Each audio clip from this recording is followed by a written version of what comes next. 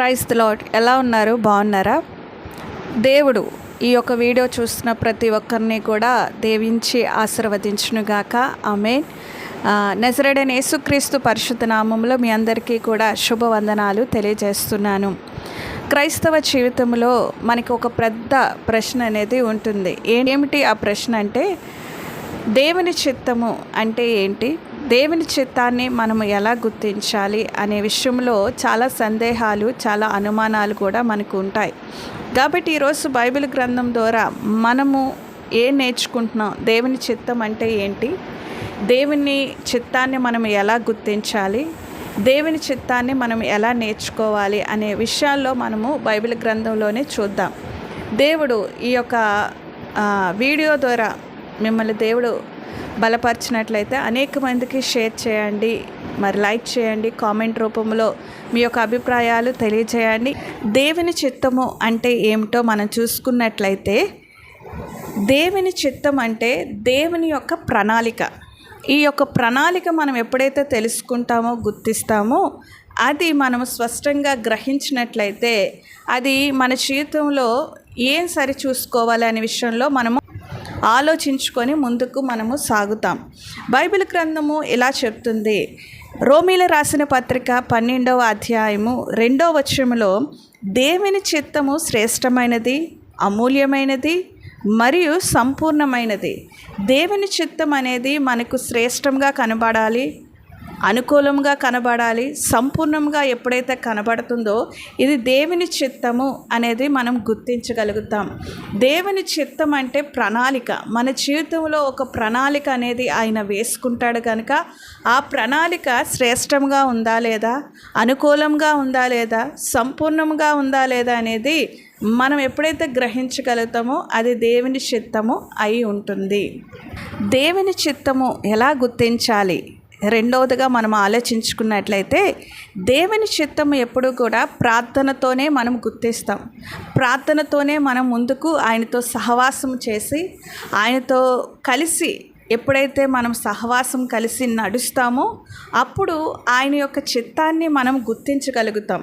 అందుకని బైబిల్ గ్రంథంలో ఈ విధంగా ఉంది. ఏంటంటే, మీలో ఎవరికైనాను జ్ఞానము కొదువుగా ఉన్న ఎడల అతడు దేవునిని అడగవలెను, గద్దెంపక అందరికీ ధారాళంగా దయచేస్తాడు.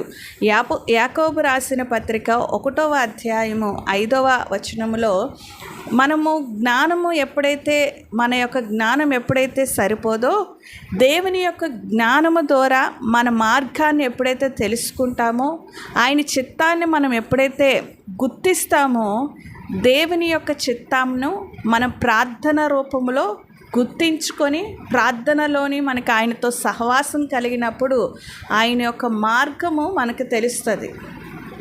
కాబట్టి దేవుని యొక్క చిత్తము గుర్తించాలనుకుంటే ఎక్కువగా ప్రార్థనలోని మీరు గడపండి, దేవునితో సహవాసం చేయండి. దేవునితో ఎప్పుడైతే సహవాసతారో ఆయన యొక్క మార్గం అనేది మీకు తెలుస్తుంది. అదే విధముగా బైబిల్ గ్రంథాన్ని కూడా ఎక్కువగా మనం ధ్యానించాలి. ఎప్పుడైతే మనము ఆయనతో మాట్లాడుతుంటామో ఆయన కూడా మనతో మాట్లాడడానికి, మార్గాన్ని చూపించడానికి, వాక్యము ద్వారా, ఆయన యొక్క మాటల ద్వారా మనకి తెలియపరచడానికి ఆయన సిద్ధంగా ఉంటాడు. ఈ విషయాన్ని గమనించండి. అందుకని కీర్తనలు 119వ అధ్యాయము 105వ వచనములో, నీ వాక్యము నా పాదములకు దీపమును, నా త్రోవకు వెలుగై ఉన్నదని అక్కడ మాట మనం గ్రహించినట్లయితే, మనం వెళ్ళే మార్గము ఆయన యొక్క మాట ద్వారా వెలుగుకరంగా ఉన్నట్లయితే ఆయన యొక్క చిత్తాన్ని మనము గుర్తించి, మరి మూడవ విధముగా మనం చూసుకున్నట్లయితే పరిశుద్ధాత్మ దేవుడు మనల్ని గైడ్ చేస్తూ ఉంటాడు. ఎప్పుడైతే పరిశుద్ధాత్మ దేవుడు ప్రార్థన ద్వారా, వాక్యము ద్వారా ఆయనతో మనం ఎప్పుడైతే సహవాసం చేస్తూ ఉంటామో ఆయన యొక్క ఆత్మ మనలను సర్వసత్యములోనికి నడిపించగలుగుతుంది. దేవుని చిత్తాన్ని గ్రహించడానికి, దేవుని చిత్తాన్ని గుర్తించడానికి మనకి ఆయన గైడ్ చేస్తూ ఉంటాడు. ఈ విషయాన్ని మీరు గమనించండి. అందుకనే మనము చూసుకున్నట్లయితే యోహాను రాసిన పత్రిక 16వ అధ్యాయము 13వ వచనములో ఆయన సత్యస్వరూపియగు ఆత్మ వచ్చినప్పుడు మనల్ని సర్వసత్యములోనికి నడిపిస్తాడు. ఆయన యొక్క ఆత్మ అనేది మనల్ని సర్వసత్యములోనికి, దేవుని చిత్తానికి నడిపించే విధముగా మనల్ని గైడ్ చేస్తూ, ఆయనతో సహవాసం కలుగుతూ దేవుని చిత్తాన్ని గ్రహించినట్లు ఆయన నడిపిస్తాడు. మనము కొన్నిసార్లు ఆలోచించుకున్నట్లయితే దేవుని చిత్తమును గ్రహించడానికి, మనం తెలుసుకోవడానికి మన పరిస్థితులు ఒక కారణం అవుతుంది. ఎందుకంటే దేవుడు కొంత తలుపులు, అంటే మన జీవితంలో జరగవలసిన కార్యాలు కానీ, మనం ఎదురు చూసే ఆ యొక్క కార్యాలు కానీ, మరి ఆయన తలుపు మూస్తాడు, తలుపు తెరుస్తాడు. ఈ విషయాన్ని మనం గమనించండి.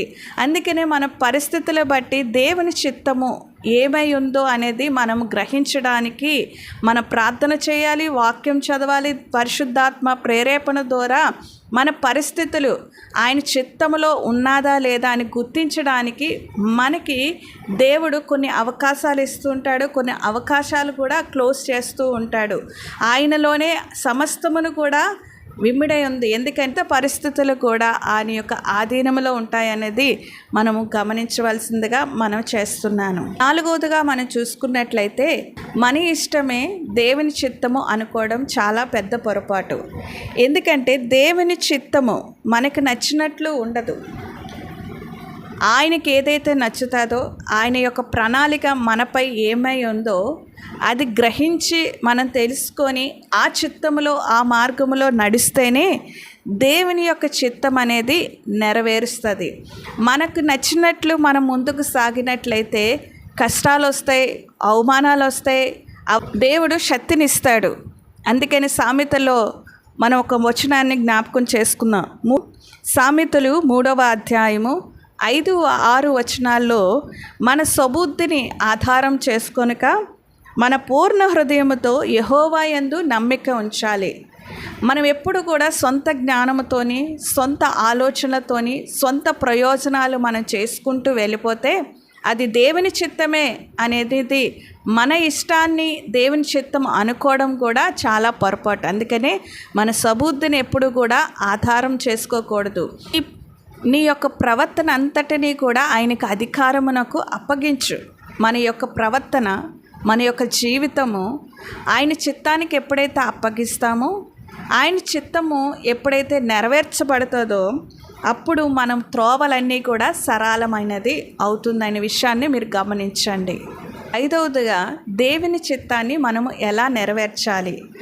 మొట్టమొదటిగా మనం విధేయత చూపించాలి. 2వదిగా ప్రతి చిన్న విషయంలో కూడా ఆయన మీద మనం నమ్మకం ఉంచాలి.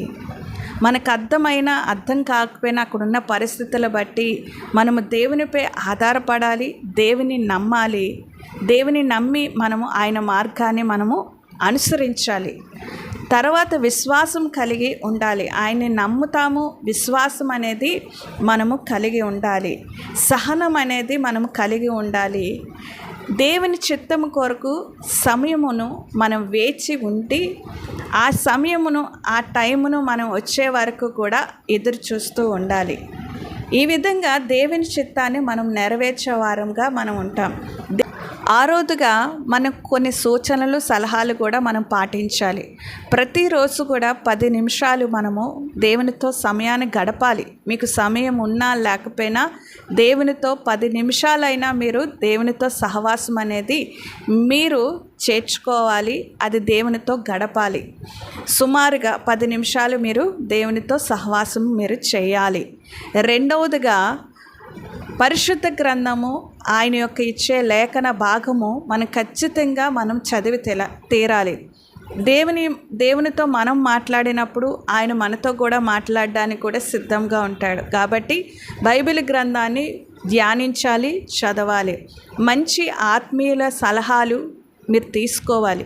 తొందరపడి నిర్ణయాలు మాత్రం తీసుకోవద్దు. తొందరపడి ఏది కూడా మీ సొంత ఆలోచనలు బట్టి ముందుకు నడవద్దనేది ప్రేమపూర్వకంగా నేను మీకు తెలియజేస్తున్నాను. దేవుని బిడ్డలారా, దేవుని చిత్తం ఎప్పుడూ కూడా మన మంచికే ఉంటుంది. మనము ఆయన వెతికినప్పుడు ఆయన యొక్క మార్గాలు మనకి చూపిస్తాడు. కాబట్టి దేవుని చిత్తాన్ని మొదటిగా మనము వెతకాలి, ఆయన యొక్క ప్రణాళిక ఏంటో మనం గుర్తించుకోవాలి. మనము ప్రార్థన ద్వారా, దేవుని యొక్క వాక్యము ద్వారా, పరిశుద్ధాత్మ ప్రేరేపణ ద్వారా మరియు సూచనలు, సలహాలు, ఆత్మీయ సలహాలు మనం తీసుకొని దేవుని యొక్క ప్రణాళికలు మనం తెలుసుకున్నప్పుడు దేవుని యొక్క చిత్తాన్ని, దేవుని యొక్క చిత్తమును ఎలా గ్రహించాలో, దాన్ని ఎలాగ నెరవేర్చాలో అనేది ఇప్పుడు మనం నేర్చుకున్నాం కనుక ఎక్కువగా దేవునితో సహవాసం కలిగి ఉండండి. ఎక్కువగా దేవునితో ఎప్పుడైతే సహవాసం కలిగి ఉంటామో దేవుని చిత్తము మనకి కంప్లీట్గా తెలుస్తుంది. అయినా మనపై ఉన్న ప్రణాళికను మనం గుర్తించగలము, ఆ మార్గంలో వెళ్తాము. ఆయన యొక్క ప్రణాళిక ద్వారా మనము ఏమై ఉన్నామో గుర్తించుకొని ఆయన యొక్క మార్గములో నడిచి పరలోక రాజ్యానికి వెళ్ళి ఆయనతో కలిసి సదాకాలం కూడా మనం జీవిస్తాం. దేవుని చిత్తము ఎలా గుర్తించాలి అనే విషయంలో మనం నేర్చుకున్న ఈ మాటలను మీరు మీ హృదయంలో భద్రపరచుకోవడమే కాకుండా అనేక మందికి షేర్ చేయండి. ఈ వీడియో నచ్చినట్లయితే సబ్స్క్రైబ్ చేయండి, లైక్ చేయండి, కామెంట్ రూపంలో మీ అభిప్రాయాన్ని తెలియచేయండి. దేవుడు మీ అందరినీ కూడా దీవించి ఆశీర్వదించునుగాక. ఆమేన్.